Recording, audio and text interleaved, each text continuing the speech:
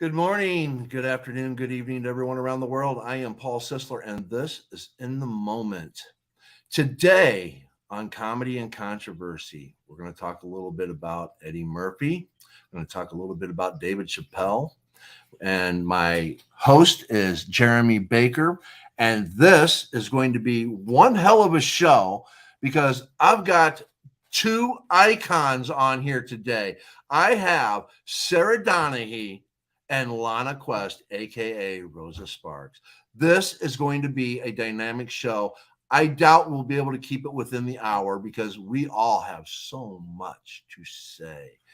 Jeremy, hello. What's up? How are you today, my brother? I'm good, man. My brain hurts from dealing with ignorance all week, but other than that, I'm doing okay. Awesome. So, you ready to get this show on the road? I've been looking forward to this one. So have I. All right, here we go. We have Lana and Sarah. Hello, ladies. Hey. Hi. Hello. All right. Oh, my goodness. Let me get this banner going here. I've got a huge banner with everybody's information, everybody's show, everybody's just where you can find them. Sarah Doneghy was on here last week, and she's got a show on YouTube called Mixed Messages. Definitely check it out. Lana Quest, I did an exclusive interview with her also. She's got a show called The Quest Show. Definitely got to check them out. They are both just brilliant speakers, brilliant. The knowledge they bring is something that we all need to listen to. And I'm subscribing to both right now. Yes, I've been following you both for a long time, and you're like icons for me. This is like the dream. Oh my God, my mind is being blown away here. I have two of the most iconic women from And beautiful. Oh, absolutely. Don't forget that. Can't forget that. Yeah. I'm talking about the minds first and foremost, though. I love both of your minds. And yes, you're both very beautiful. So, all right. I'm excited. Okay. I'm going to start out because last time I didn't get to all the clips. So I'm going to start out with a clip when Eddie Murphy back in '88 was at the Oscars. And he made this short statement about racism. And then we're going to go into the topic of racism and comedy. All right. Let me bring this up and get this to play. When they came to me and they said they wanted me to present the award for Best Picture, my management came and they told me to pick me. And That's how louder it goes. Oh, okay. I say, no, I ain't going. And they said, my manager said, but why? The white manager said, but why? And I said, I'm not going because they haven't recognized black people in the motion picture. He said, what are you talking about? Black people won Oscars. I said, well, black actors and actresses have won Oscars throughout 60 years. It's like, I think Hattie McDaniels won the first one, then Sidney Poitier won one, and Lou Gossett won. And I'll probably never win an Oscar for saying this, but hey, what the hey, I gotta say it. Actually, I might not be in any trouble because the way it's been going is about every 20 years we get one, so we ain't due for about 2004. So by that time, it's all blown over. I said I wasn't going. And the man said, you just have to go. You can't snub the Academy. So I came down here to give the award. I said, but I just feel that we have to be recognized as people. I just want you to know I'm going to give this award, but black people will not ride the caboose of society, and we will not bring up the rear anymore. And I want you to recognize it. He said, well, fine, it's done. I said, now, when do I have to be there? He said, well, you don't have to get there until about 9 or 10 because it's the last award of the evening. So. All right. Now, this goes to a huge point because in television, whether it be movies or sitcoms, black people didn't get a lot of recognition. Now, Eddie Murphy caught a lot of backlash from that. And the biggest argument that they presented to Eddie Murphy is, well, you're only 10% of the population, so you should only, you shouldn't win all these awards. Black people. I mean, they shouldn't get them. And it's just like, well, look at the percentage right there of white people that have won versus black people that have won. And it doesn't even come close to 10%.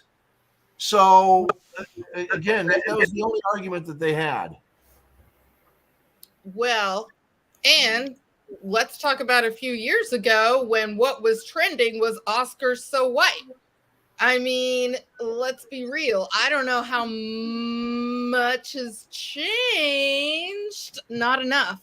And I mean, yeah, it's and also what he was talking about, especially from Hattie McDaniel on, what Black people and people of color, the parts they are given and have to play, even now. Mm-hmm. Right. Mm-hmm. Go ahead. Go ahead. I'm just like Paul said, come on, let everyone talk. And I know. Yep, hey, it's a free for all, Lana. Go ahead, go for it. Yeah. Right. So there's a lot going on. So let's peel back the layers just a little bit. So when we're talking about the Oscars and like racism and Black people and like Hattie McDaniels, then once Black people started complaining about, hey, we haven't won any Oscars, like, and people started talking and, you know, we're bringing it out, then they go, oh, okay, so we're going to give one to Halle Berry, right? That was an Oscar that she won for Monsters Ball, and Denzel Washington for Training Day. And Black people are going, out of all the fucking movies, like all the great Black movies, Yeah, those two movies, like Denzel Washington did Malcolm X, spectacular movie. He should have gotten an Oscar for that role as Malcolm X, and you give him for a criminal. Exactly. That's what we give him an Oscar for. It's the stereotype of a Black man. Mm-hmm. Right. Yep. There. Yep. Exactly. And when you watch a lot of Eddie Murphy, and it was really, really hard to find a clip during a comedy routine. I don't like the N-word. I don't use the N-word. I don't play the N-word on my show. I don't encourage it. Okay. So when I try to find comedy, it's the one thing that I try. It's really hard to find some of these skits with them that are, especially some of their most notorious skits, the things that they're known for, and try to find just a long enough segment that I can play so people can get the concept of what's going on. So what I'm going to do instead is encourage people to check out Eddie Murphy. If you don't know who he is, you need to know who he is. He brings a lot. Huh? So you've had your head in the sand if you don't know who he is. Yeah, because I mean, he brings a lot of knowledge in his comedy, along with Dave Chappelle, Chris Rock, another one that brings truth to the comedy. And just so you know, Lana, when we started Comedy and Controversy, the first comedian we started with was George Carlin, who also brings a lot of truth on a lot of topics. And that's the basis of this show. Comedy brings the truth out. And it seems like it's the only way that people get the truth, and yet they're going to a comedy show, so they just don't take it serious. Mm-hmm. Right. There's a very big underlying message with any great comedian doesn't just tell jokes. They tell stories. They make serious points, but they do it in a funny way. So I think a lot of the time the underlying message gets discarded. Well, and I also will say it depends on what audience you're talking about. Because, yeah, a lot of people be like, ha, ha, ha, that's a funny joke. And a lot of people will be like, oh, he's absolutely right. That's exactly what happens. Not a joke at all. Right. I remember the first, I saw this Eddie Murphy skit years ago. It was in a class I was taking on race and ethnicity in class in the media. And it was Eddie Murphy's skit on Saturday Night Live, and it was called White Like Me, where he dressed up as a white person and was like undercover and got all of these different privileges. He could have done it today, but it was hilarious. And that's one of the things where you can watch and be like, exactly. But other people watch and be like, you know, so. Right. And especially like Dave Chappelle, when he did the Chappelle show, man, some of his skits, oh my God. Right. Wow. The blind race. I mean, yes. I mean, I got the blind black white supremacist. That was a genius skit. Right. And he's a master of that, though. He is the master of threading And at the Yes. end you understand, like he told that his comedy shows tell that story because They do. his last words tie it all together. Like he gives you that lesson, and maybe because his parents are teachers, I think his mother's a teacher, like he gives the lesson. But Yes. sorry, go ahead. That Chappelle show. Yeah. Love. Well, I was watching it this whole week. So that white family called the N-word. I was gonna say that one, but there's no way I'm bringing that up. So thank you for bringing that up. Yeah, bring it up. That was one of the best ones to me, because now you have a white family being called. Mhm. Oh my god. It's amazing. Yes. Now, Sarah brought up the audience, and I want to comment on that, because a lot of these comedians, they draw very diverse audiences. Mhm. And obviously, you're going to have people of color that are going to be going, yeah, exactly. Yep. I know exactly what you're talking about. But you're also going to have, again, with a lot of these great comedians, you're going to have white people going, oh, wow. Am I really like that? Do I do that? So that's the brilliancy of people like Murphy and Chappelle, and Chris Rock, that they bring this information, and it's not just for one particular group of people in the audience. It's for everybody, because you have people that associate and understand exactly where he's coming from. And then you have people going, oh, wow, I never thought about it that way. I never looked at it that way. Educating. Well, the one thing I wanted to point out is Black comedians did this. They're the ones who brought the diverse crowds. If you go to a white comedy show, it's mostly white people. Right. Only, Black comedians and other comedians from around the world are able to bring that diverse crowd together. You understand what I mean? If you go to, I'm not saying that it's just the way it is. If you go to, most white comics draw white crowds. You know what I mean? Unless you're what's his face? What is that white comedian? I can't remember his name. He's married to a Black woman. Like he brought Black people loved him. Like you know what I'm talking about, right? Is he a redheaded guy? I think he's redheaded. I know exactly who you're talking about. No, right? His name is like on the tip of my. Is it Devin? No, I'm thinking somebody else. I don't know. Yeah, I'm gonna find him. Let's keep talking, because he's definitely Gary Owen. Gary Owen. Yeah, that's it. Yeah, that's him. Yeah, he definitely brings white and Black people. Now, a couple other comedians that did that, and I saw Sarah getting ready to go in. I'll be really quick, Sarah. No. I just wanted to go back to something you said, but yes. A couple other comedians that did that. Obviously George Carlin, because George Carlin associated with everybody. Okay. Don Rickles. Really?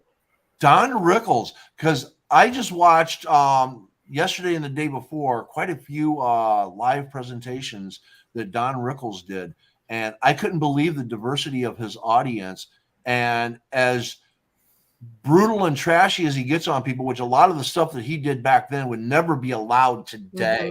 Would never be allowed. But back in the 60s and the 70s, and the brilliancy of what he had, and one of the things that he said is to love all people regardless. It's fun to get up here, and I trash on everybody. I trash on everybody. And he would make jokes about everybody, Black, white, brown, did not matter, skinny, tall, fat, whatever the case is. He would make a joke of it, but would still say he loves everybody. So it's like, wow. But go ahead, Sarah. Sorry. Oh, let me remember. Oh, what you were saying about some of the audience. When you were saying some of the audience is like, oh, that's exactly what happens. And then some of the audience is saying, oh, do I do that? I gotta say, but another part of the audience, like, yes, I wish the white people in the audience would be like, oh, wait a minute, that's me. Let me change now. But No, I think a lot of it is just over the head. Oblivious. And I mean, that's unfortunate, but I will say that I do think some people may be like, do I do that? And also, if you don't know, you don't know, and that's okay, because the audience that does know appreciates it. So right. I wanted to hit on that one. Right.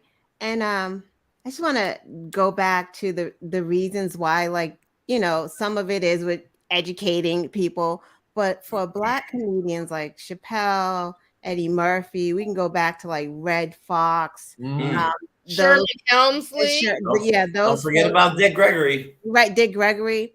A lot of it is laughing through the pain, right? That's what they were doing for the Black people in the audience. Like, you're educating, but you're not educating Black people. What you're doing for us is that, yes, we went through it, but we're laughing through this pain. It's the same as the N-word, right?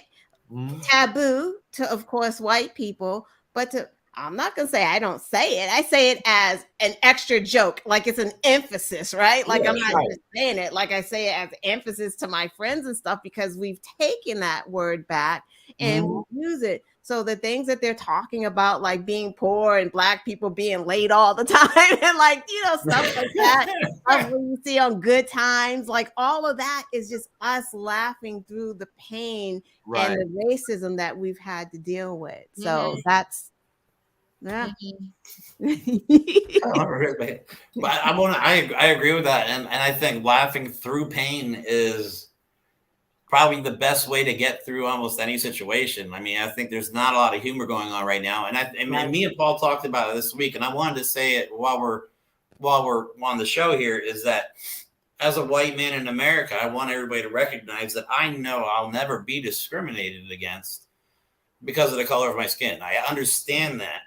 But I want people to realize that that does not mean that I can't hate racism as much as anybody else. It doesn't mean that I won't be, or I want to be on the front lines, but because of restrictions financially, I can't do anything. And all I can do is do stuff on the show and on, TikTok, stuff like that. You're doing it right now.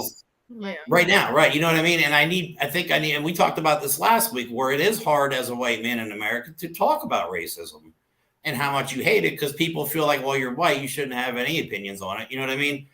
And I do get that a lot throughout the week on stuff like that. You know what I mean? But people need to know that there are people out there like me and Paul that we're tired of the hate. We're tired of the ignorance. You know what I mean? It's 2023. We got to move beyond this sometime. You must really hate Ron DeSantis then, because he's just. Oh my God! Thank you so much. I hate that. He's like the king of ignorance and hate. How can you take away a college class on Black history? How can you possibly do that with a straight fucking face? Excuse my language. That made me so mad. And he was banning it. The reason was it lacked educational purposes. Value. That's the words that came. Educational value. That is the words that came out of his mouth. When they asked him why, he said it lacks educational value. How can this guy be American now? Because don't separate that, right? It's African American AP studies that he is banning. European AP studies, that's cool. Latin is cool. Chinese language is cool. Latin? Spanish language is cool. Italian AP courses is cool, but God forbid, them Black folks. That's the problem. That's where we are. And see, like I told Sarah last, and I'm sorry to jump in again. No. But like I have my kids are Mexican, so I get in a lot of heated battles around here about like immigration and racism and stuff like that. Like my blood is tied into this, you know what I mean? And that's why I'm so passionate about it, on top of my mom being an immigrant. You know what I mean? So I get it from all angles right now with all the stuff that's going on. And to see them take education away is... Let me explain. We need to be focused on education and teaching kids the truth. Like, what is wrong with the facts anymore? Like, the facts are bad. Oh, the facts have been bad, but let's be real. The facts have been bad. Do you remember? I had to take Black history as an elective in college. I did not get it. I remember the textbook because I was mad. I remember the textbook in elementary school for Black History Month, and I believe it was 3 pages. All right. It said Martin Luther King was on 1 page, Rosa Parks second page, and maybe Frederick Douglass. I remember learning about there was a paragraph on Emmett Till. Yep. I'm surprised you even got a paragraph. I know it. I'm pretty sure I was because I'm pretty surprised. But I will say, Jeremy, going back to what you said, because we talked about white people having to tell other white people things are racist, because when they hear it from me, or when they hear it from Lana, or when they hear it from a person of color, okay, or right, or you're saying this, but it's overly sensitive. Everything is racist. Everything's about race. You're a racist for saying that's racist. Right? Yeah. Exactly. And the thing is, so Jeremy, they need to hear it from other white people. They need white people to call it out. But what I'm interested in, Jeremy, because I will never know this, Lana will never know this. Are you telling me that people are sick of you telling them things are racist as a white person? They say they say you should not be talking about this? Yes. Yeah, I've gotten so many messages. I mean, not just from white people, but people of color too, saying, "Why are you even talking about it?" You know what I mean? Yes. They feel like I'm like this. They're black. Are they pretending to be black? Because I see them a lot too. I get it from all angles. I get a lot of support. Don't get me wrong. My messages have been there's been a lot of positivity, but there has been some blatant ignorance out there, and we got to recognize right now that there's a lot of ignorant people in America that are not going to change. Yeah, well, they don't want to. Well, there's a threat. Their only option is, see, these people, my theory is these people are just afraid of progress because they're afraid that, and I may have said this last week, they're afraid that if somebody else gets something that should have been theirs, you know what I mean? And they're just afraid to be left behind. But if you think that way, you are going to be left behind. The progress is going to happen whether you like it or not. So you can fight it or go with it. You know what I mean? Well, I think that's why there is so much pushback. I think people they see it happening. Look, it's happening. Right. But it's just like people are threatened. They're at the top. Right. That they can't, that they don't feel like they can share the top. Right. They feel like it only has to be them. And if anyone else gets a piece of it, they will lose their power. Period. Right. Right. Oh, go ahead. I totally agree. It's epic. But the lies that are being told right now is at an all epic level. You know what I mean? Even like Fox News, now they're getting heat from all the shit they've been saying.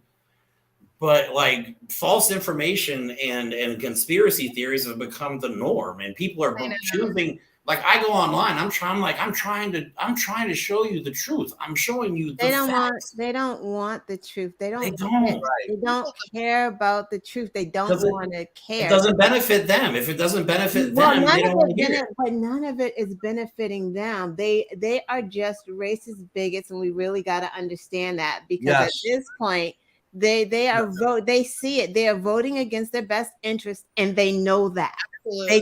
They don't care. It's almost like back in the time of slavery, right? You had slave owners that had a lot of money, but then you had poor, like the low class, white trash slave owners. They treated their slaves worse because they got shit on by the rich whites. They had to treat blacks even worse. So instead of saying, let's get together and like fix our problems, they're like, fuck that, I'm better than you, N-word, right? So that's kind of like the mentality. That's why they hated Martin Luther King, Fred Hampton, because these guys, their movements included poor whites, the poor people's campaign. Poor people's movement, right, was trying to include them. And the powers that be don't want it. So that's why they're doing the dog whistles, because they want to keep these people really stupid so they don't get with us. This is why they separated Black people from Asians, right? Made us hate each other, because the minute we're on the same page, we're powerful. They don't want us like that. Yes. And That's Paul why they're so brought this up last week, I believe. Was it? Yeah, that's exactly what it was last week. This is why they're so scared of Derek Bell. This is why they're banning everything that Derek Bell talked about. I know both of you ladies know who Derek Bell is. Jeremy, do you know who Derek Bell is? I do not, but I will after the show. Derek Bell is an American lawyer. Okay, he's a lawyer, and he is the one, along with a multitude of others, that wrote critical race theory. Okay, so I encourage you to not only look up, learn, and read about Derek Bell, but read about critical race theory and what it's actually talking about. Because here's the irony. Here's the irony. I really want you to think about this, okay? All the things that are talked about in critical race theory is exactly what people like DeSantis and Abbott are doing. Yes. It is critical race theory. Yeah. Unfolding. It is what it is. It is. It really is. Absolutely. Okay. That's the hypocrisy. Like, it's just. Yes. A couple things I wanted to address here. The whole school thing. The reason why this is becoming a huge issue in schools, whether it's about race, critical race theory, transphobia, homophobia, whatever the my pronouns, blah blah blah, all these different things are becoming an issue because do you know how much the public education system costs? I do, actually. I looked it up for my book, and it's lots of money. Lots of money, billions of dollars into the educational system. So let's kill two birds with one stone, says the white elitists up at the top. Let's eliminate the public school system by not making it worth anything. And let's push our propaganda so we can keep the nation divided on the left and the right. Yeah. Because look at the private schools. The majority of them are Christian. They teach white elitist values. I have a Catholic school like 6 blocks away. Right. So if we eliminate the public schools, guess what? The poor, what private school are they going to go to? Oh, wait, they can't afford it. So they don't get an education. Your lower middle class, they can't afford those nice private schools. So they might do a little homeschooling if they can get approved. What's this going to do to the educational system? It's going to educate white elitists. That's the plan. Trust me, that's the plan. That's what critical race theory talks about. And this is why they don't want it taught in schools. Guess what? It's never been taught K through 12. No. I didn't learn it. No. I mean, Black history has barely, yeah. Like, but they're calling everything. They just need the boogeyman. I'll admit, I didn't learn Black history when I was in school. Now, when we were talking about what you get in school, here is a book I encourage everybody to get. Give Me Liberty, An American History, Eric Foner. Okay? There's many volumes. If you want to learn about history, this is the book that you want, because this tells it how it is. This tells about Hosea, what's his name and all that wrote Types of Mankind, and how laws were instituted to take away rights from Black people and disallow them to own property. Businessmen. No, you're done. This is ours. Yeah, you're free. You can walk around. You're a free Black person, but you don't get to own anything. It wasn't never free when you're. It's like some Oregon was kicking Blacks out of there. It's like some said you had to have papers. Some you had to have a job. Like there is never such thing as freedom. Well, we were talking about this last week, that people are being told who to hate, and they're so focused on that, they're not really seeing what the hell is really going on. You know what I mean?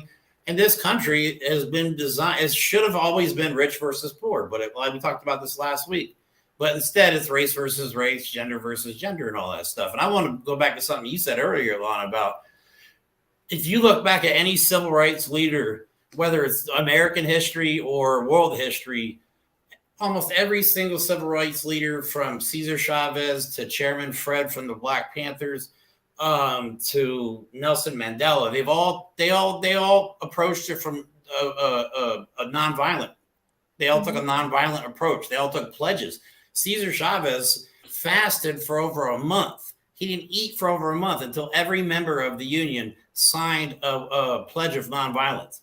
And these people got results. But at the same time, these people who were nonviolent have been harassed or killed throughout history. Yeah. Well, not really Malcolm X. I guess at the later on, Malcolm X changed though. I mean, I'm saying like most and a lot of civil rights leaders, they did do not.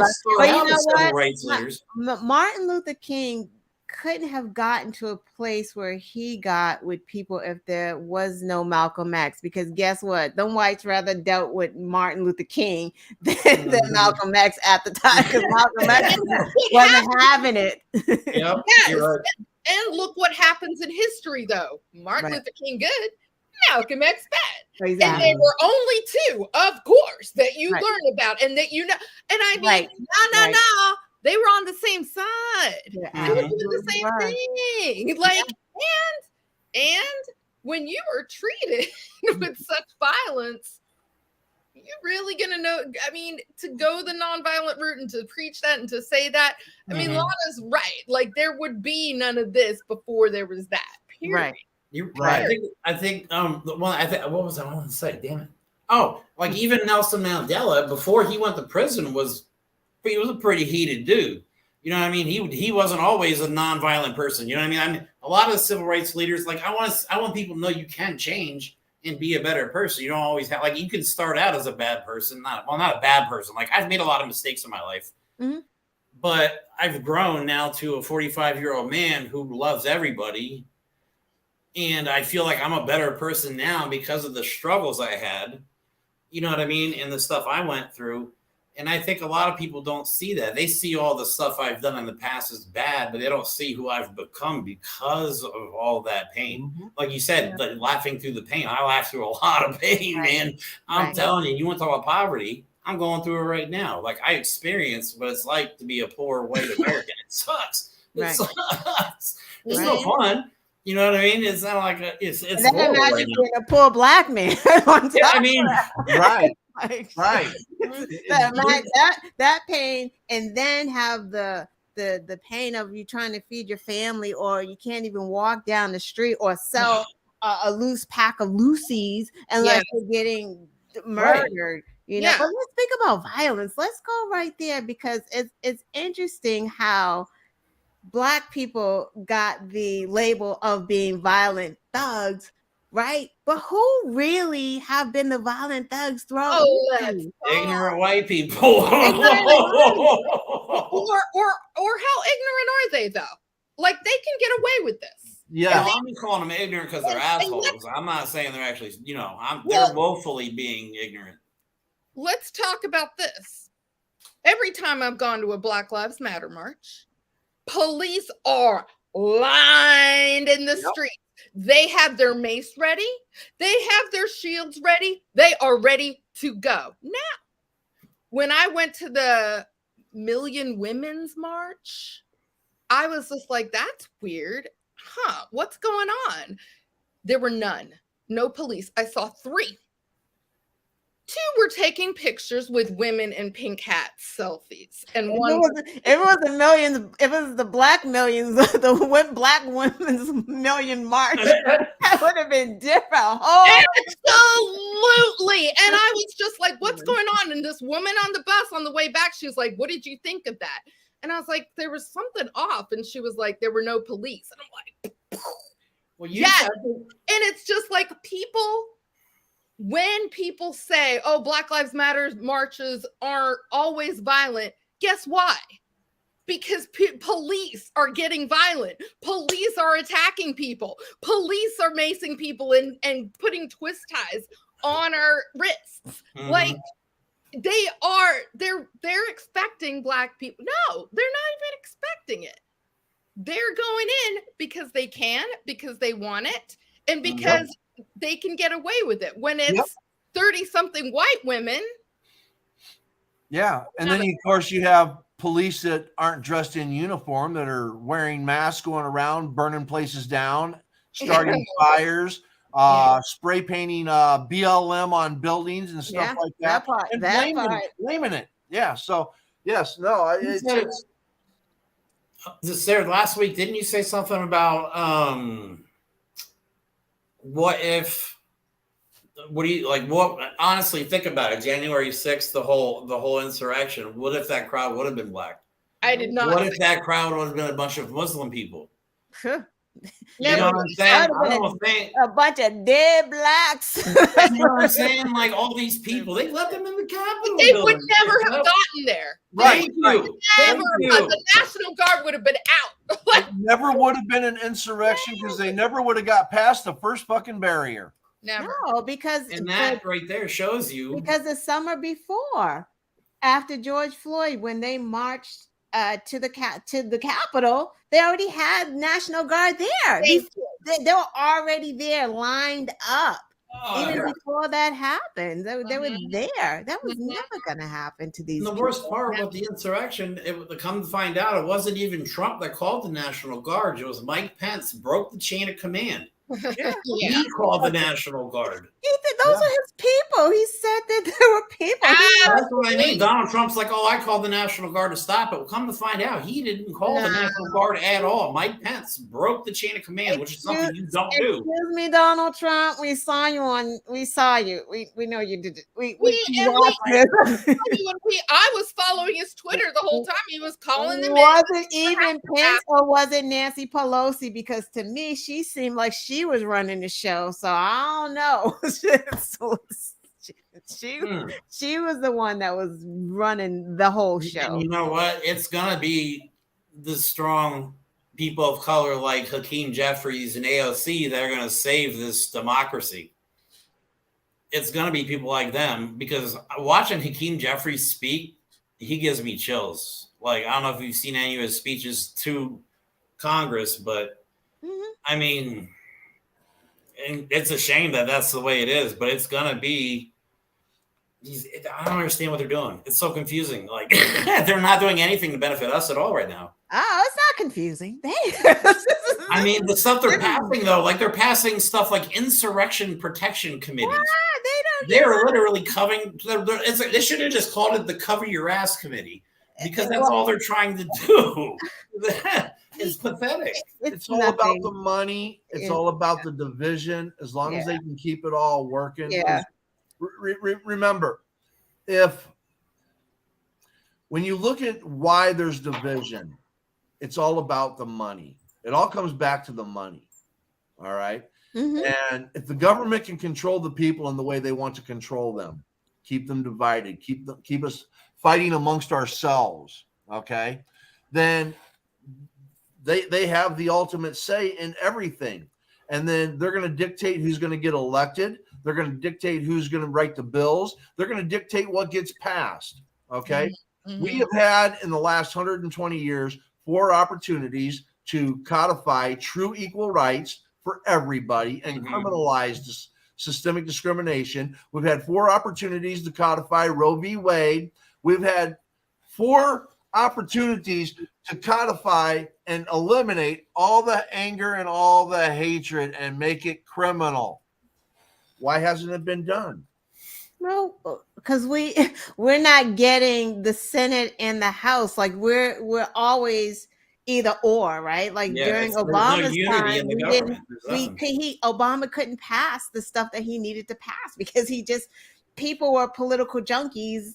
And then the midterms happened, and then nobody was a political junkie anymore after Obama. So then, like, he didn't have any backup. Thank God, right now we have the Senate. That is the only thing that is holding democracy together. Because when these stupid fools in Congress, the Republican stupid fools in Congress, are talking about, oh, we want to get rid of the income tax and the IRS and just have a national 30% tax. So your $100 groceries are going to be $130. Like, What the fuck Mhm. is that? Like, that is the dumbest thing I've ever heard coming out of a politician. It's not like one of the dumbest, like, who, what? But they say that, and they don't explain the part where they're like, oh, you'll get more in your paycheck, but poor people, well, not poor people, once you're under a certain income bracket, you get all your income tax that you paid in back every single year. What? So you're not actually, so you're going to lose that refund now because they're not taking that money out of your taxes. It's not about us. This is about the rich people, because that means that income, right? Because remember, tax income. So rich people just won't be touched at all because they don't care about 30% more in groceries. Exactly. We're not buying groceries like we're fucking buying groceries.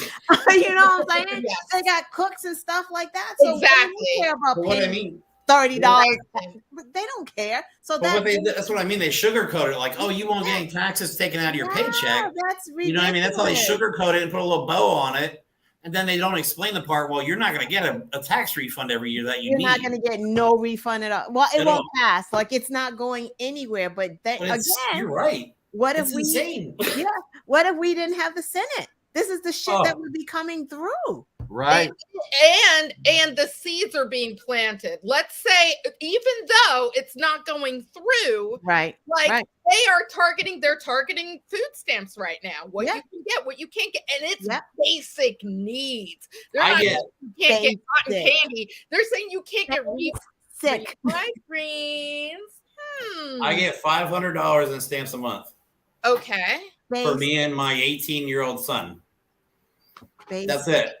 Yeah. And my mom is in the house too. She's 79 years old, so she eats as well. So $500 lasts about 2 fucking weeks. It's nothing because it's nothing. People think welfare is this great savior of poor people. I spent $300 today on groceries for how many people in my house?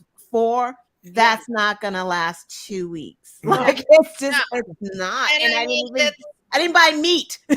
Yeah, and I don't like to share that, but since we're on the subject, I have to, you know what I mean? Like, people think, oh, well, they get welfare. Welfare is a joke. Not all of it. Not all of it. Hold on. Not all of it. But let me add to this. My stepson and I, we live alone. Mm-hmm. I own my house. I have no mortgage. I own my car. I have no car payment. Okay. My stepson works at a grocery store. All right. Makes around $14 an hour. We spend about $150 a week on food. The two of us. And we're not eating big. Okay. We're not eating big. All right.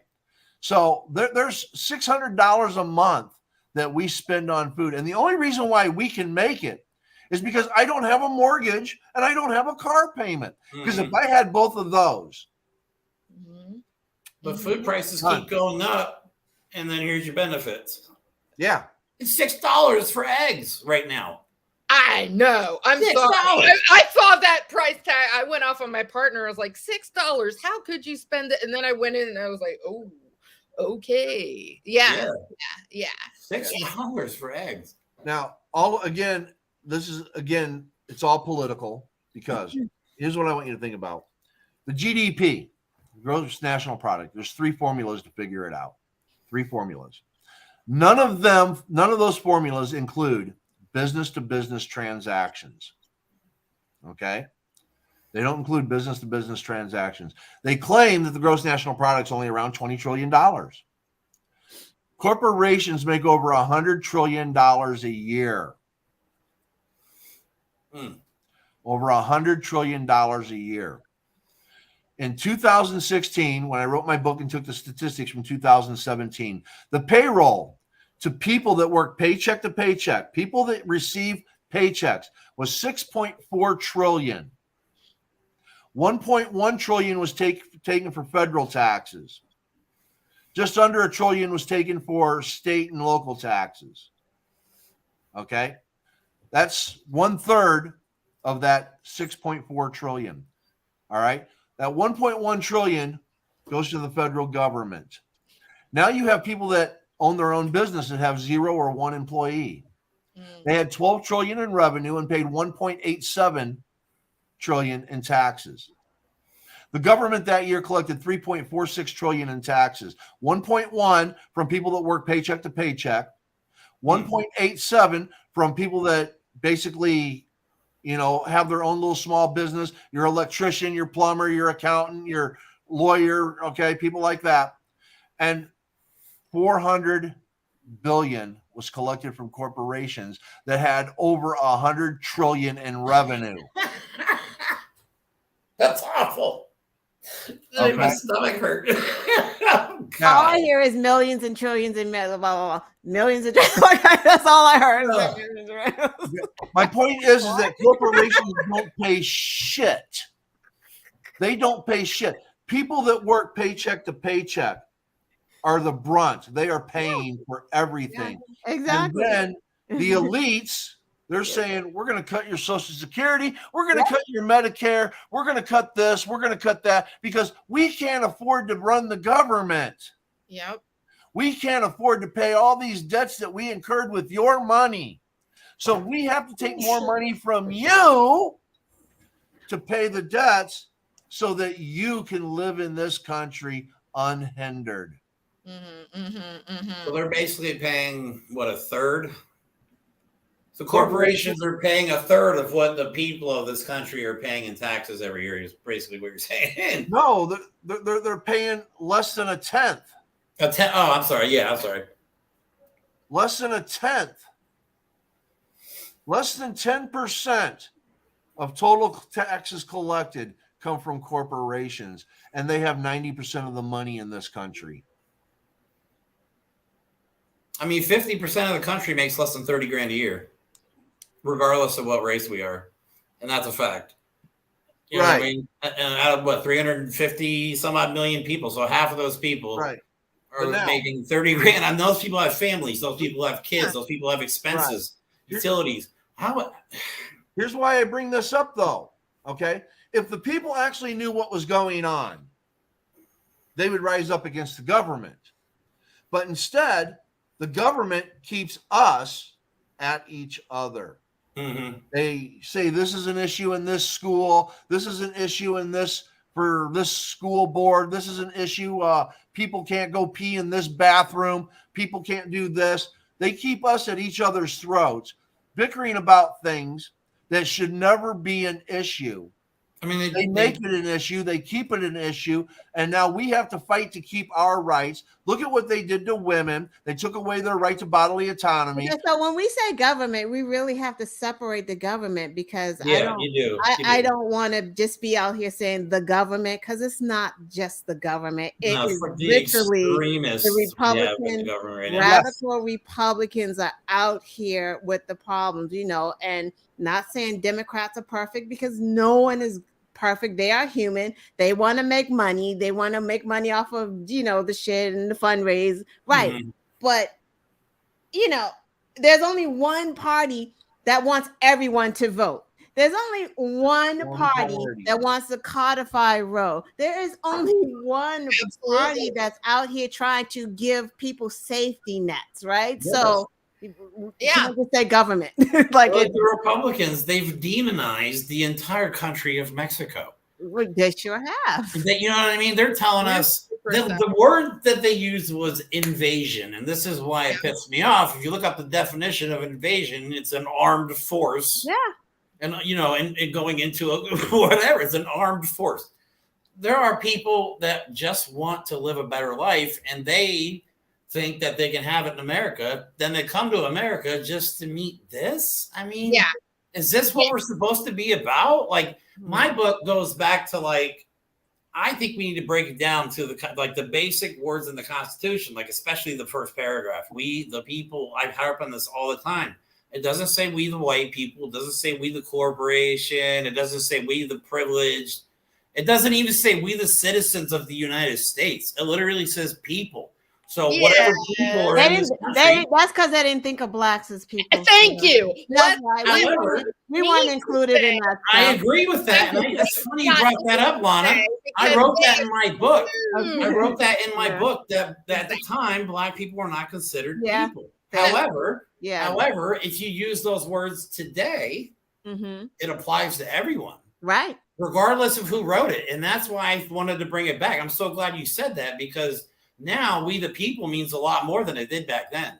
Yes. You know what I mean? And I think a lot of people focus on the negative connotations, because there were abolitionists that were part of the founding fathers, like Benjamin Franklin. There's a couple others that were against slavery. You know what I mean? But in order to unite the country at the time with these rich elitist assholes, they had to let them keep their slavery. You know what I mean? It was the only way to get them to unify. So in a weird way, and I don't know how to explain this, but regardless, now when I think people, they still focus on the whole, some of the founding fathers were awful people. I agree with that 100%. But the words in the first paragraph of the Constitution mean more now than they did when it was written. They really do. It talks about establishing justice. It talks about protecting the people. It talks about we as a whole. You know what I mean? Laverne Spicer literally tweeted, "There are no pronouns in the Constitution," when the first word is a pronoun. Yeah. I was like, get the fuck out of here. Like, there he is. Yeah. Like, Jesus. Yeah. But let's be real though. People still interpret it as it was meant to be. Right. People are still thinking we the white people, we the straight people, we the cis people. Right. That's not what it says though. But Yeah. that's not what it says. Doesn't. So Yeah, they don't care what it said. I mean, I agree. They're Mitch stupid. McConnell told us. Mitch McConnell said, "Hey, we don't need voting rights. Why we need that? African Americans, blacks can vote just like any other American. yeah, Blacks can vote like the Americans can vote." Here's the thing that you need to remember, though, Jeremy. Here's the thing that you need to remember. Okay, if we the people meant everyone, why did we have the 15th Amendment? I agree. Like I said, I'm not saying that. Hold on. The 15th Amendment gave people of color the right to vote. If they were already included in the Constitution, there was no need to write the 15th Amendment, but the Supreme Court agreed that they were property. They weren't they weren't included. Okay. The 19th Amendment gave women the right to vote. Yeah, wasn't it like 20 years later? No, it was more than that. But and wait a minute and go back, because black people could vote. It wasn't black people, it was only black men. And that was only in theory, because they were not allowed to vote. Correct. They were still hugely oppressed, and absolutely they were murdered. They would pass a ballot and be shot. Yeah, like that's how that was working. Now, that's awful. The 19th Amendment wouldn't have been needed if women were included in the Constitution. They would have already had the right to vote. Yeah. So what rights did we give people of color and women? The right to vote.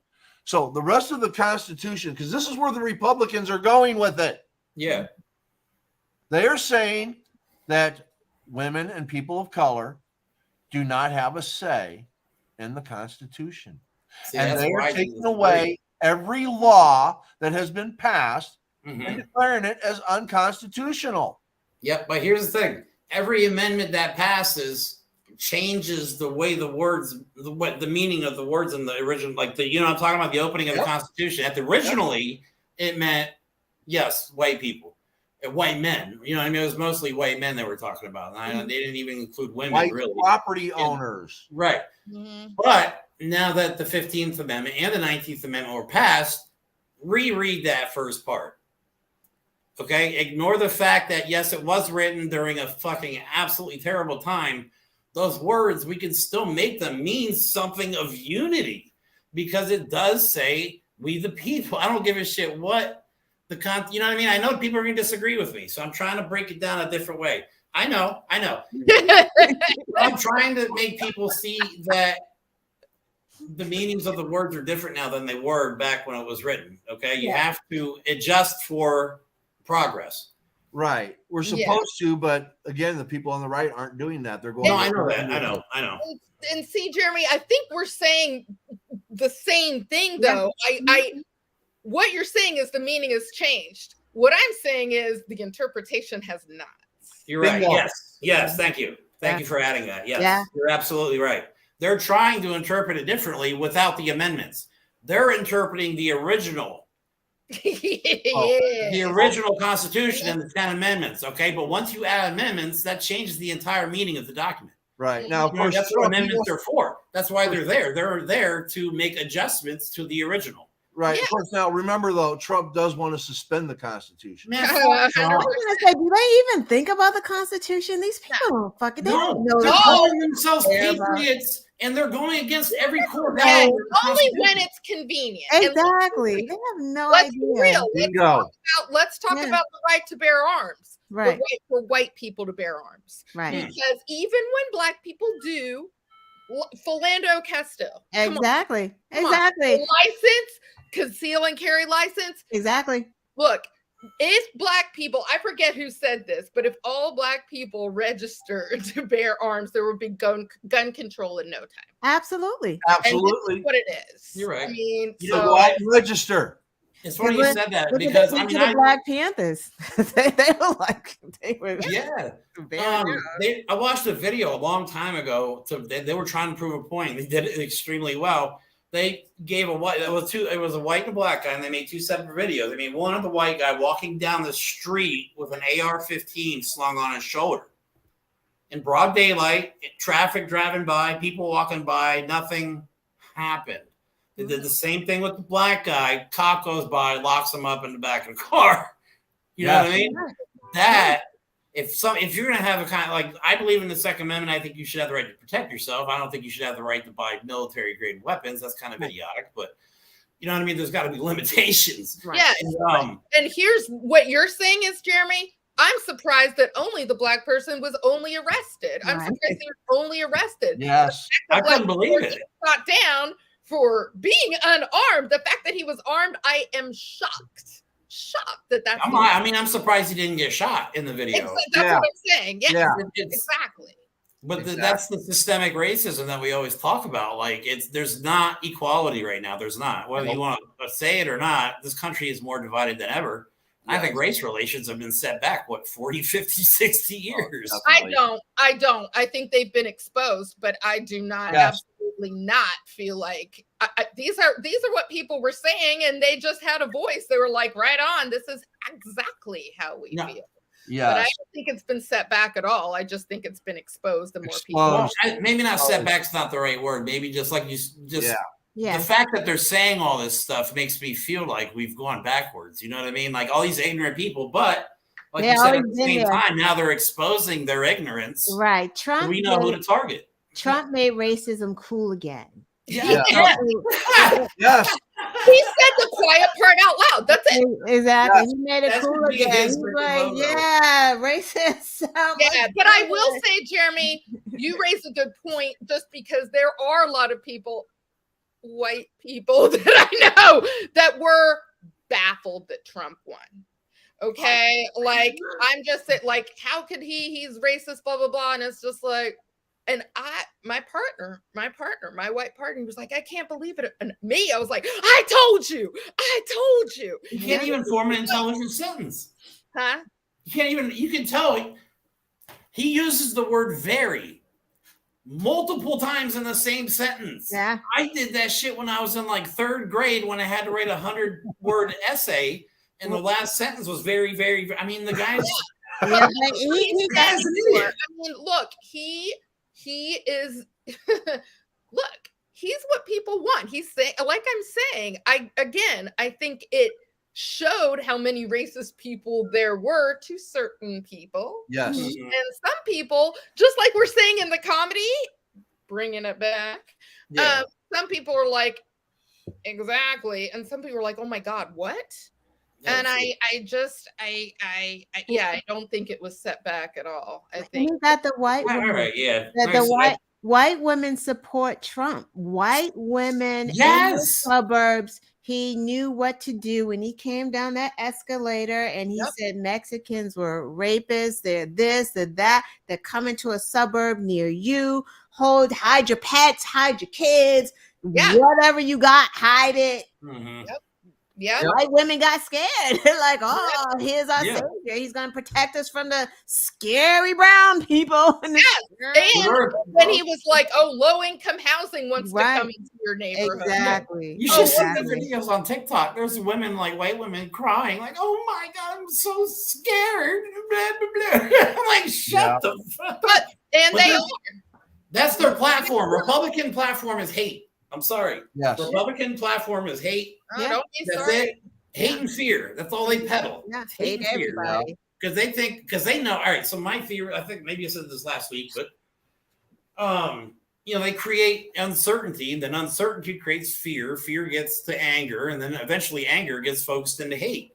Yeah. And they know this, and they do this well, and they pay people like Tommy Lauren, Laverne Spicer. Mm-hmm. I don't know who pays that alpha douchebag. Well, I forget his name. Nick Adams. I can't stand him, man. Come on. But, these people get paid very well to peddle bullshit, and they know they do it. They know they do it. Yeah. You can't tell me she posts that stuff and go, I believe this shit. Like Exactly. But people believe it. Ignorant and uneducated people believe this bullshit because they look at Netflix and go, oh my God, it's a conspiracy. Like, this is real life. This is not Netflix. Like, you guys got to come back to reality a little bit. Trump said he loved the undereducated. He didn't lie. That is why not only DeSantis, it's Youngkin in Virginia. It's all of those Republican states. They keep them without health insurance, right? So they keep them uneducated. Yep. That's how they want them, like just sick and dumb. Like that's it. And then that way you're just beholden to whatever is going on. You're too busy, like sick, to pay attention to what the hell is going on in your own state. The Republican states are the worst states in the Union. Mississippi, Alabama, high maternal. It's safer to have an abortion than it is to give birth to a baby in Mississippi. They don't even have GYN doctors in some of the states. They don't even have like good toilets. Like they still like their system is jacked or water. Water. Just basic water. Right, these are the Republican states, and they're the ones that are out there like it's the Democrats and their crime and the crime and the crime. Like what? Almost all the Republican states, not all of them, but most of the highest welfare states are Republican states. Right. West Virginia, that's where I'm from, and it was the first to go all in for Trump. Yeah, they complain about the first or second poorest state, I believe, in the country. Unbelievable. Possibly the third. But then they say it's the Democrats' fault, but yet the Republican states are the ones that the people are suffering. Republican states. Yeah. It's absolutely true. You can look, people can look it up. They can complain all they want, but they're running their states into the ground. And people are electing these people. Yeah. Okay. Yeah. They're not voting for the person. They're voting for the fucking party. It's unbelievable. It's like the Democratic states are paid 70% of the GDP.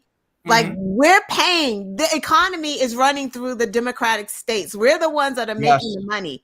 Yeah, giving it to the Republican states. That's why Elon Musk, that whole thing with him acting crazy and everybody supporting him. And this is like, Elon, are you crazy? Because ain't nobody in Mississippi buying a Tesla. Nobody. Those are what the MAGAs are like. Why are you like catering? Yeah, but they are going on Twitter seeing that you're saying vote Republican. You know? Really crazy. Okay. We've already come up on the hour, which I knew we would come up on the hour. rapidly. My God. I tell you. All right. Now, we're going to slowly bring this show to an end because I'm sure we could all sit here for the next 3 or 4 hours and just love every minute of it. Okay. Hold on 1 second. Sarah's like, I got things to do. No, I didn't tell my partner till 6. So I didn't know how long I was like to be safe 6. Okay. Now, never know. When I was on TikTok. The dog's barking at me. I'm like, you little brat, shut up.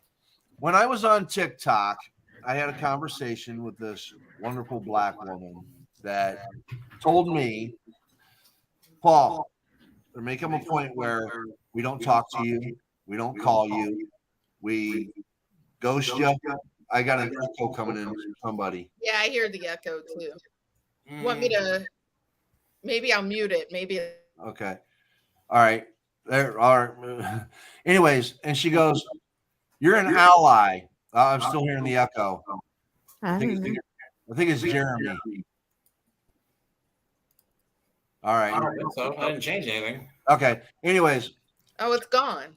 All right. Well, she told me that even if we don't support you anymore, keep doing what you're doing, because we've tried to be allies with white people and they keep letting us down.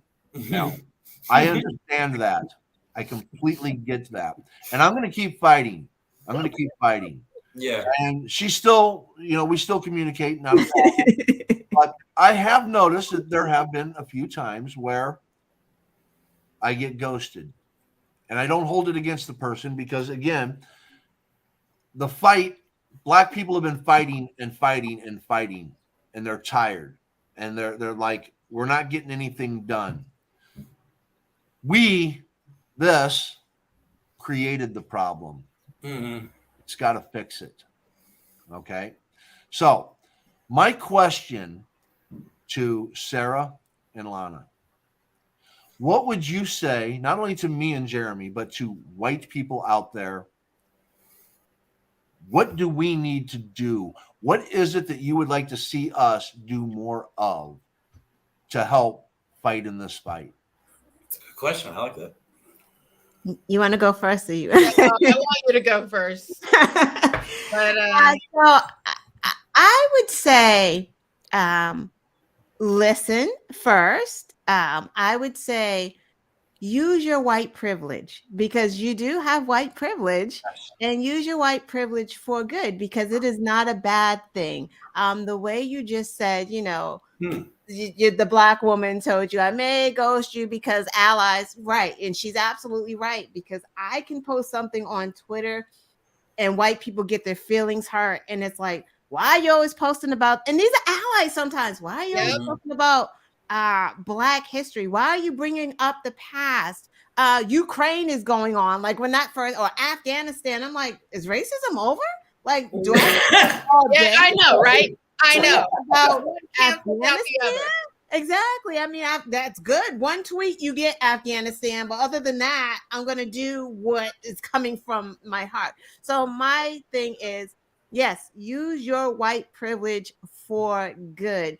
You can reach your people probably better than I can reach your people. I like that. You go out to white people, right? You telling Black people about racism is just, we're gonna look at you like, what the fuck you talking about? I already know this stuff, right? You can't tell me. I know. I feel it in my bones. I see it. The dog whistles have been since I came out of my mom's vagina. Mm-hmm. They're there, right? Like there's not one day that I can remember that I didn't know that I was Black. Not one day. That's how I wake up. You don't wake up thinking about your whiteness. You don't have to, because you've been the status quo. So those are the things that you need to tell your people. Tell them, recognize race. Don't not see race. Yeah, you see color. Don't see me, understand me, and just listen, and never tell Black people what racism is, because we hate that. We hate explaining. Yeah, we hate explaining what racism is to people. It's just like, oh my God, this Google it. Like, tell them it's a difference between racism and being prejudiced, right? There's a difference. Stop calling Black people racist. Like, we don't control the powers and the levers and all of that. We just don't. So that's what I would say. I can keep going. I can go on. Off. I know. I was just we have, because you have. I mean, how much longer do we have? Okay, I will say yes.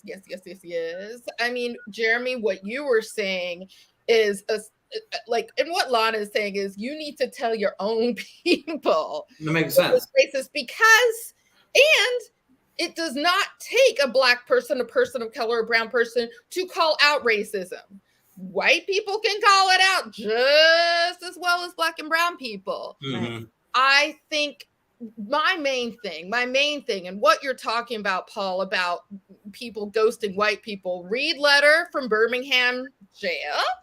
If you haven't, we're talking about white moderates. And there are so many of them. And Lana, I have to wonder if these allies are allies or if they are saying they are allies, because it's very easy for people to say Black Lives Matter. All right, I'm done. I've done my job. It is much harder. Where are you when we're marching? Where are you when you need to speak out? So put your money where your mouth is my big thing. Make action, because you liking my tweet or you saying I'm your ally, show me you're my ally.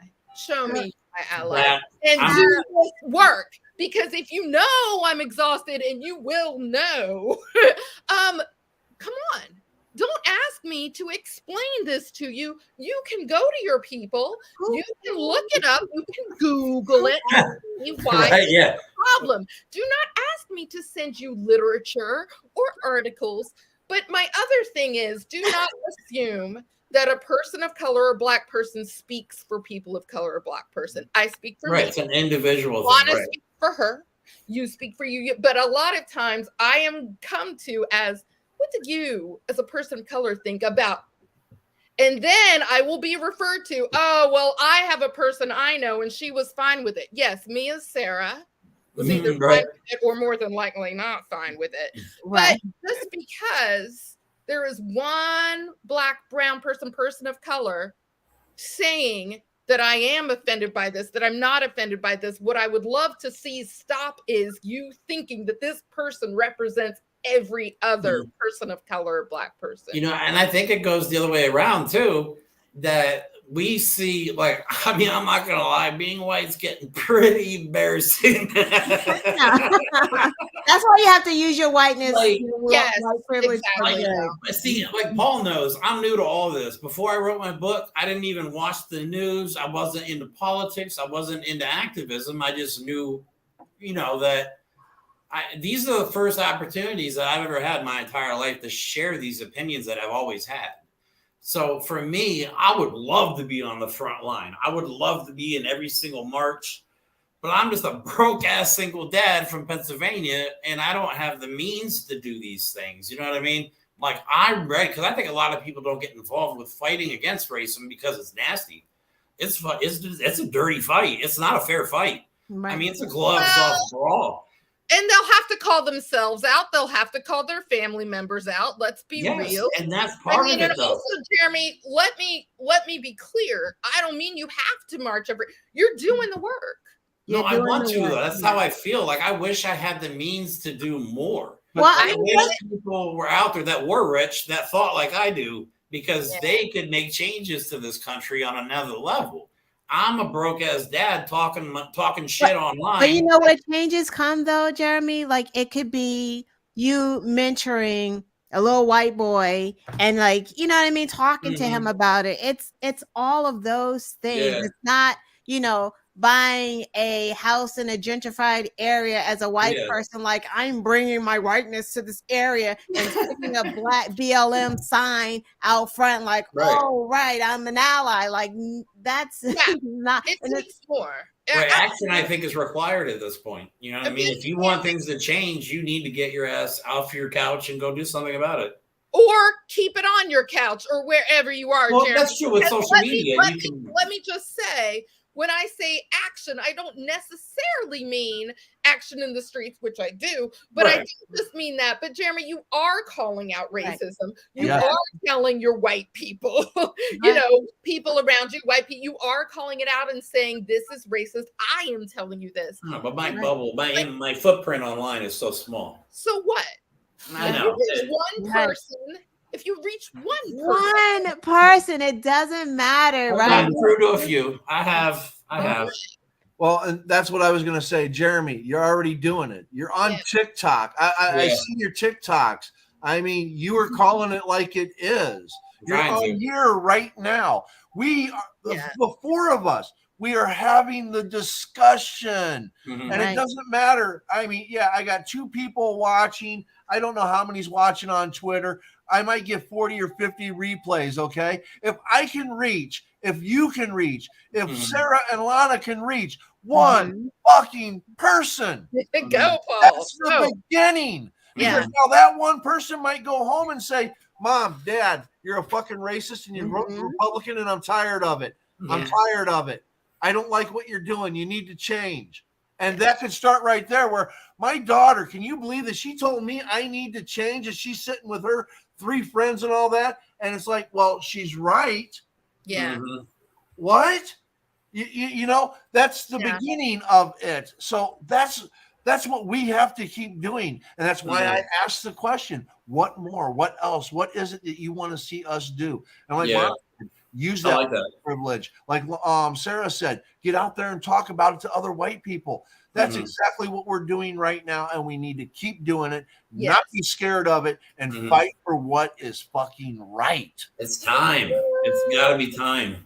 Yeah, it is. It is a tough fight. It is hard. You know, it's going to be long too. It's not going to be something that's going to happen. Allies be losing their minds. It's like, oh my God, this is happening. Oh my God. Not everything's about race. And it's just like, oh my God, slow down. Black people been fighting since we were kidnapped from Africa. Like, just been fighting, been beat on bridges, been beat marching, been dogs murdered, you know, standing in line for 6 hours at the ballot box. Who fucking cares? We voting because we earned that right to vote. So it don't matter how tough it is. It doesn't matter if you reach one person. That's just like getting one gun off the street. That is a good thing. You know what I mean? Jeremy, hold your book up, because you also wrote a book. Yes. I don't have it in the room. I wrote a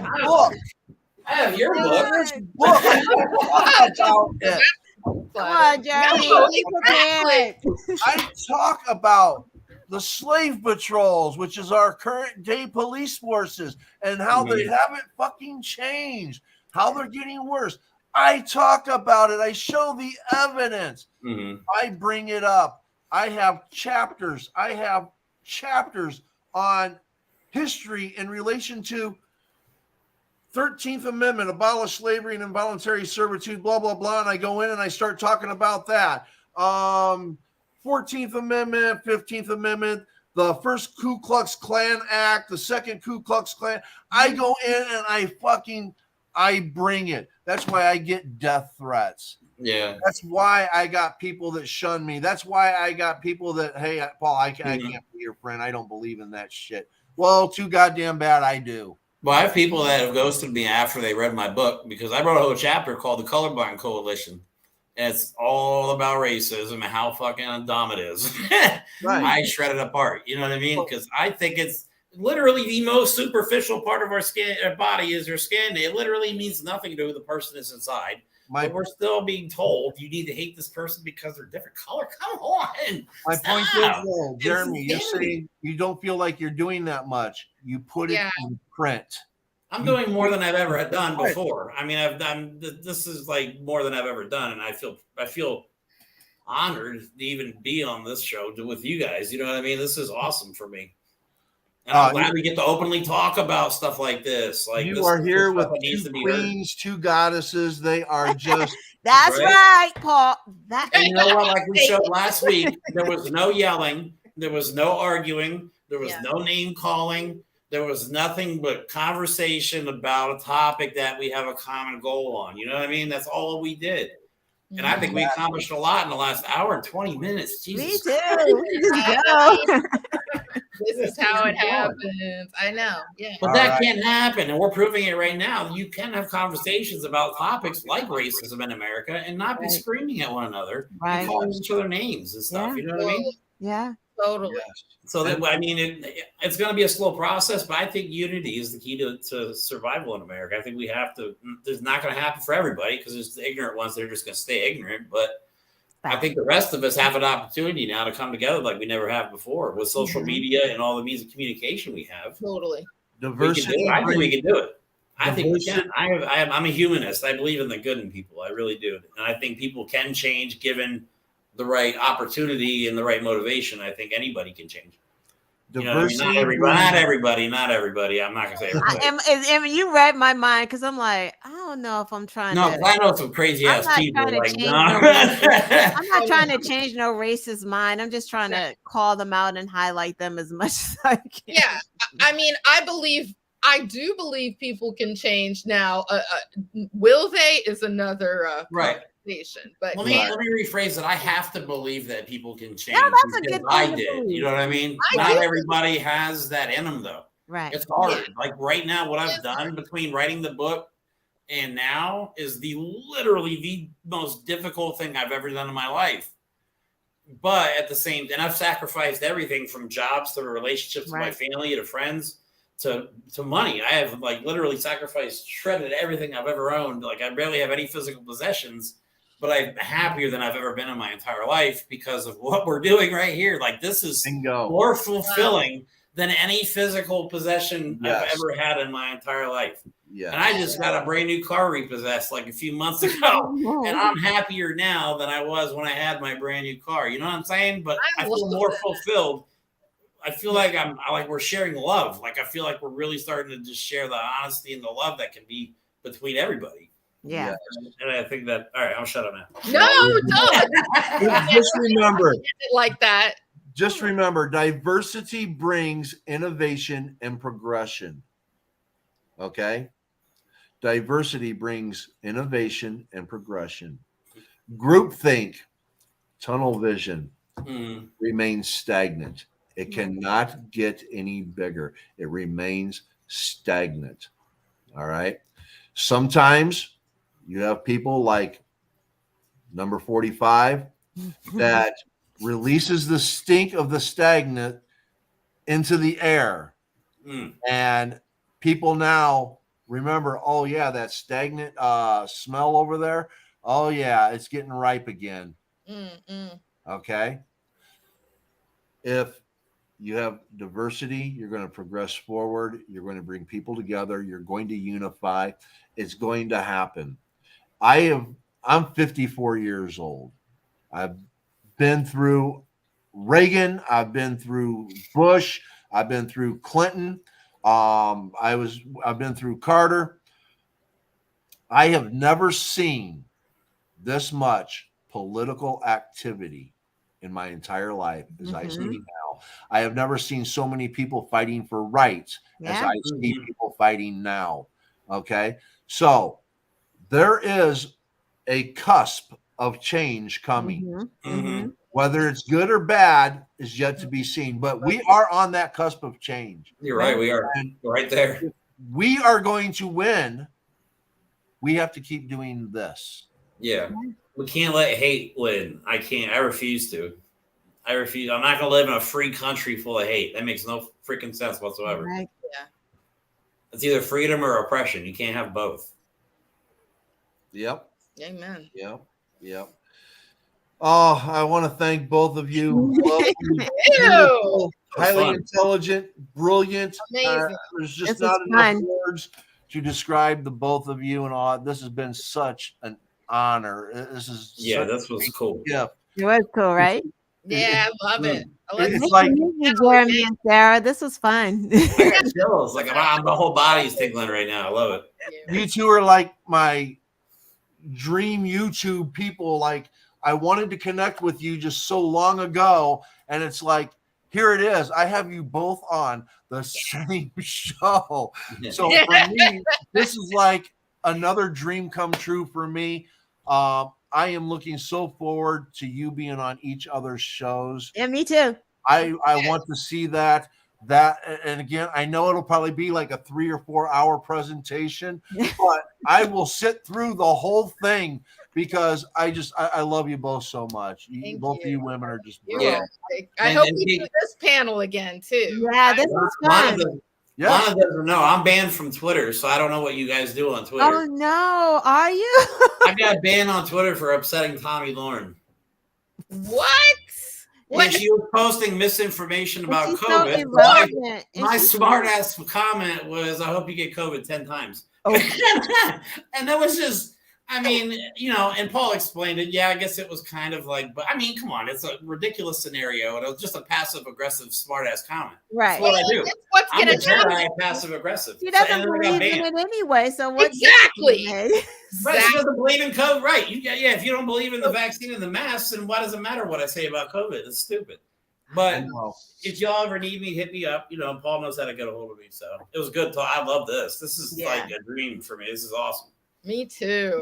All right. Well, Lana, DM me your email so next time I can make sure you get on here. Oh no, you can drop it the way you did. I just Okay. didn't see it. I didn't know it was a new chat. I was looking at Okay, gotcha. hours. Gotcha. That's why. I'll do it the next time. I'll do it the same way and send it also to your straight DM. I'll do it both ways. However, whatever works, it's fine. And let's say end of February, we all come together again. Yeah. Maybe a different topic. Maybe maybe we could. How about Roe v. Wade? How about we address? Oh, let me at it. Let me at it. I've been meaning to talk about this shit. Sound good? Yeah. Sound good? Okay. Yeah. End of February. Let me look at my calendar. So block off 3 hours. Before we log on, all I can say about that topic is men should not even be involved in the conversation regarding a woman's body. They should not be making laws. But we need. Let's talk about Republicans care more about the cost of eggs than the eggs and ovaries. Right. Oh, let's get into it. Please. Okay. That has to be a tweet. Oh, I already made that tweet. Okay. Men can't even pass a kidney stone without wanting to blow our heads off. So I mean, come on. All right. oh So my God. Saturday, February 25th, 1:00. Oh, we already got a date. What the hell? Yeah, remind me because I know February isn't that far away, but in my head it is. So, and that's 1:00 your time, so 4:00 my time. Yeah, 1:00 Pacific. oh yeah, 4 my Pacific. time as well. Yep. Yeah, Lana, where are you? Massachusetts. I gotta stop smoking weed because I'm like, hey, Paul, remind me too. But we're on the same show every week. Even so. So you don't have to remind me. I'll be here. I always need I need it throughout the month. The week on the 25th, I will send you guys a reminder about the 25th.